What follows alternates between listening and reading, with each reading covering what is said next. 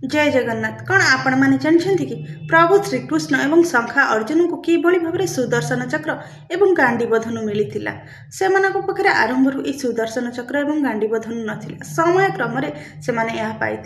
थरे श्रीकृष्ण जाते अर्जुन निकट को अर्जुन सहित से जमुना कूल बुलूले जमुना कूल बहुत फूल पशु पक्षी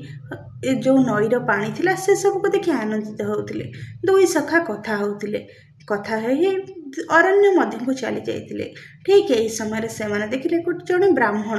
जी कि बलिष्ठ चेहरा आउ शरीर तेज बाहर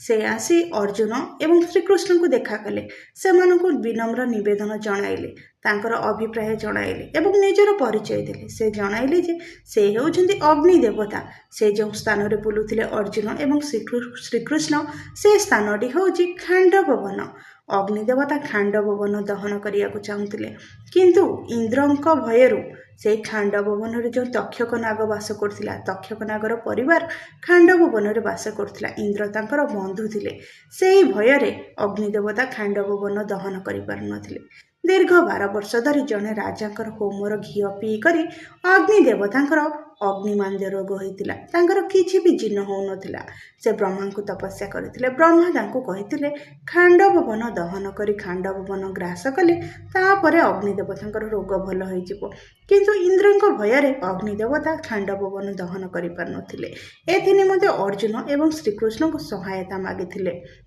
किंतु अर्जुन कहिथिले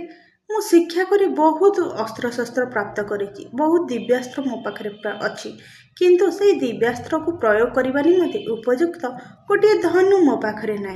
ता सहित सखा श्रीकृष्ण पाखे कौन आयुध ना तेणुक आमको अस्त्र आयुधर दरकार अच्छी यह सहित अर्जुन कहते मोर गोटे रथ दरकार अच्छी तांकर यही कथा शुणा पर अग्नि देवता वरुण देवता को स्मरण करते अग्नि देवता आदेश वरुण देवता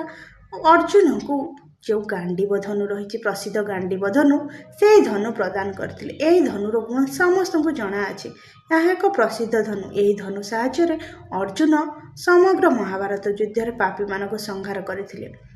यह सहित अग्नि देवता वरुण देवता गोटे अक्षय तुणीर देते अर्जुन को जो अक्षय तुणीर केबे हेले सर सर ना ता सहित अग्नि देवता श्रीकृष्ण को सुदर्शन चक्र प्रदान करते तो यहीपरि भाव अर्जुन एवं प्रभु श्रीकृष्ण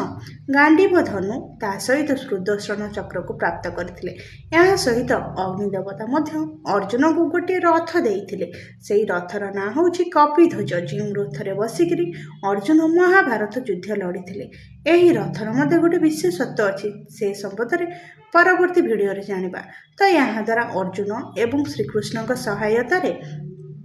जो रही अग्नि देवता से खांडव वन दहन करते खांडव वन दहन में मात्र 6 जन जीवित रही खांडव वन दहन समय तक्षक जो रही नाग से कुरुक्षेत्र में बास करता तेणुक से बची जाता मात्र से खांडव वन दहन में तक्षकर स्त्री मृत होता तार केवल गोटे पुओ बची जाता एवं 4टी चढ़ई बंधी ता सहित मय राक्षस जे कि अग्निदेवता जिह्वार अग्निदेवता अग्नि ग्रास होगा जाता से अर्जुन को शरणापन्न हो बची जाता जी कि परवर्ती समय इंद्रप्रस्थ नगरीर बहुत सुंदर महल सृष्टि करथिला तो से सब प्रसंग आम परवर्ती विषय आम जानिबा किंतु वर्तमान यह ही होछि प्रभु श्रीकृष्ण एवं अर्जुन किभली भाव सुदर्शन चक्र गांडीव धनु एवं कपिध्वज रथ को प्राप्त करथिले।